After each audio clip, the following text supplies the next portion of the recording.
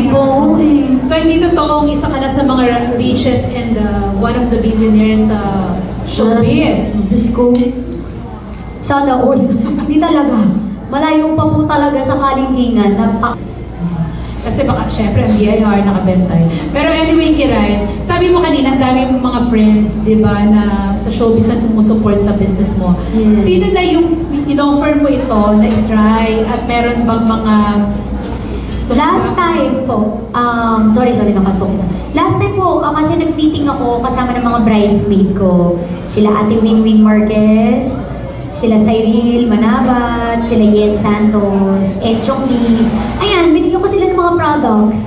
Willing naman sila. Pag tropa mo talaga, tropa mo kasi talaga yun. Parang, syempre, hahanapin mo lang kung ano yung mga, wala pa silang ini-endorse kasi syempre, breach of contract nila yun. Syempre, alam ko rin, artista ako. So kapag saka ang bait ng mga kaibigan ko libre. Ayan, si Christian Antolin, pinupromote niya yung products ko. So, etong video na to, paki-upload po, yung senyora na lang. Yun na lang talaga. Ewan ko ba, ang tapang niya. Talagang, feeling niya talagang kukunin ko siyang endorser. Di talaga. Pag tinatanong nga siya sa live ko, kasi nabibenta ako ng coffee, di ba? So parang, magkano yung coffee mo? At saka, gusto ba ni senyora yung coffee mo? Sabi ko, baka nagkakape siya, pero sa kanal siya nagkakape. Joke lang. And then, sana marinig niya to, sana, sino ba siya para bayaran natin? No? So, totoong ibiyerna ka sa kanya? Hindi. Natutuwa nga ako sa kanya. Pag inaasar niya ako, natatawa lang ako. Tapos binabalik ko naman sa kanya, naiinis siya lalo. At saka well, ako kasi may nagmamahal sa akin. Siya pinipilit niya yung sarili niya kay Dominic, GJR. Nabit mo na ba yun? Tropa ko si Sue. Bala ko dyan sa buhay mo. Nabit mo na ba si senyora? Hindi pa ako napupunta sa kanal. Hindi pa. Pero hindi naman ako napipikon sa kanya, natatawa ako. Actually, bata pa lang ako going bulilit pag inaasar ako sa mga jokes na yung parang, ay pangit, ay tsaka, natatawa ako. Kaya yung mga nang-aasar sa akin, natatawa lang talaga ako. Ewan ko, hindi talaga akong pikunin, bata pa lang ako. Or siguro talagang parang pinalaki ako ng nanay ko na hindi ka masyadong maganda, so huwag ka masyadong mag-inarte. So, sinasabi ko rin sa mama ko, same, ikaw din naman.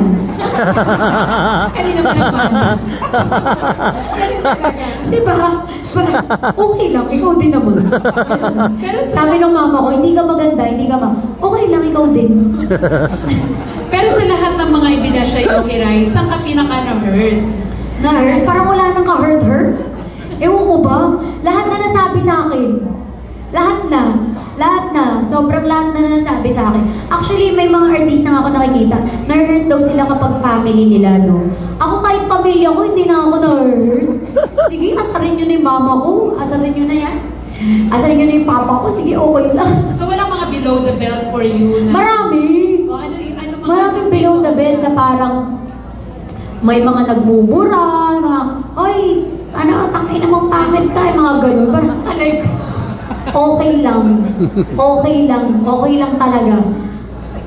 Wala akong pakialam sa'yo. Sana masaya ka sa buhay mo. Yung gano'n, okay lang sa akin, pahala ka sa buhay mo. At least ako wala akong tinatapakang tao. Wala tayong sinasabihan ng gano'n. Kasi kapag yun binalik sa kanila, hindi nila alam yung pakiramdam. Iba ka hindi nila kayanin kasi sa akin sobrang sanay na ako, bata pa lang ako. Saka siguro po, na-train ako ni mama na kapag meron kang pinuntang bagay, kahit sa ang lugar or anong bagay na gawin mo, isipin mo lagi pera. Kaya siguro kahit anong sabihin sa akin, hindi na ako na-hurt kasi parang pumunta ako dito sa pera. Kaya parang kahit anong sabihin, okay, basta may pera. O kaya, basta may puntahan ako, sige, may pupuntahan ako, magkakapera ako dito. Kahit ano sabihin niya na magkakapera. Ganun, pinatapang talaga ako ng mama ko. Kasi doon ko sa kanya nakuha yung mukhang pera. Kaya thank you, mama. Thank you so much. And feeling ko nga, Kiray, marami ka pang pangarap, marami ka pang gustong maabot. So, what's your dream for your products? Products ko, siguro po yun, maging stable, maging successful, mas dumami pa. And And mas dumami po yung honest reviews kasi ang dami ko rin po talaga nakikita na natulungan ng products ko po. Kaya sana mas dumami pa. And soon, sana po makapag out of, pangarap ko yung out of town po, yung pupunta ako sa mga baryo-baryo, tapos yung mga hindi na pupunta ng mga online shop, bibentahan natin sila dyan. Tapos yung out of the country, of course, yung mga OFW natin. Gaya nga nasabi ko kanina, naging OFW yung papa ko, kaya alam ko yung struggle and ng pamilya na naiiwan. So, gusto ko pumunta rin sa iba't ibang bansa, bigyan natin ng mas murang reseller package, yung mga OFW, para makabenta sila at mas lumaki po yung kita nila. So right now, hindi pa siya nationwide? Nationwide po, pero kasi mas madalas online. So, di ba, mas madali po kapag, di ba, meron pa rin kasi yung mga bahay-bahay, alam mo yun, yung mga tita, mga lola na nagtitinda-tinda at hindi pa kaya yung online or walang cellphone sa mga probinsya. So sana mapuntahan natin po yung mga ganun. Pero nationwide and worldwide, meron naman na po. Meron na tayo sa Japan, sa US, sa Canada, sa Australia, sa Singapore, UAE, at marami pang iba. No? So, sinong dream mo, Kiray? Kung may bibigyan ka nung... Nakalimutan ko na yung upo ko, nakaganda-ganda. Hindi ko man lang naalala yung sarili ko na CEO pala ako. Kiray, kung may bibigyan ka nung Patera whitening, sino sa mga celebrities natin? Sino sa tingin mong kailangan yan? Wala. Siguro sa online si Senyora. Kung hindi man pumuti yung puwet niya, sana pumuti yung budi niya. Sa kaibigan ko, si Christian Antolin. Kasi hindi siya masyadong makinis. So, grabe. I love you. Ayun, siya. Safe ako kasi tropa ko yung Christian Tapos yung senyor, bahala siya buhay niya. Yama siya. Last na lang, Kiray. Si Stephen, ano siya? Stefan. Anong role niya dito sa company mo? Meron din ba siyang part? COO. Oo, siya. Actually, pag nakikita niyo po, kasi pag tinatanong, ano bang niya, gawa-gawa, may mga sarili siyang business. Tingnan mo, nagtago na siya. Umalis talaga siya. Oo, nahihiya talaga siya. Natatakotin siya. Kanina po pagkatapos na kumain, sabi niya, labas na ako. Sobrang takot siya sa mga tao, hindi ko alam, sobrang magkaiba kami. But anyways, CEO siya. So, siya yung sa nag-aayos ng mga manpower, ganyan. Kasi hindi ko naman yun kaya, at saka hindi ko na yun kaya pong isipin at i-handle. So, ako yung sa live, ayan, sa mga affiliates, sa mga, wala kaming endorser kasi hindi ko pa kaya magbayad. Sa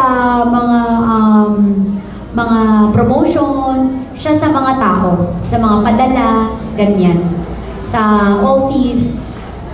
So, ano nyo? Sharing ba? Half? Or Hindi po akin lang po talaga tong business na to. Meron siyang sariling business, tinutulungan niya lang talaga. So, hindi siya sumusweldo sa'yo? Wow! Bibigay ko na nga yung sarili ko sa mga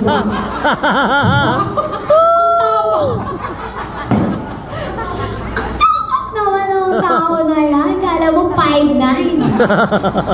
Alam mo yung model na dalawa, ayan o, alam mo ganyan siya. Tignan mo, itaas yung paa, di na nakita yung paa, di ba? Anyways, wala po siya wala siya. So talaga tumutulong siya, pro bono? Kasi sa business na rin naman niya, pinagpo-promote din naman ako. Pero yung iba niya kasing business na paupahan, hindi naman kailangan i-promote yan. Pero yung mga computer shop niya, dati yung pabango niya, ako naman yun, libre naman yun. So libre din siya. So, paano pag naging mag-asawa? Pag naging mag-asawa na kayo, syempre magiging conjugal na yung mga properties. Okay lang naman. Wala naman yun sa akin. Mas ako pa yung maglolo ko, legit. Totoo, promise.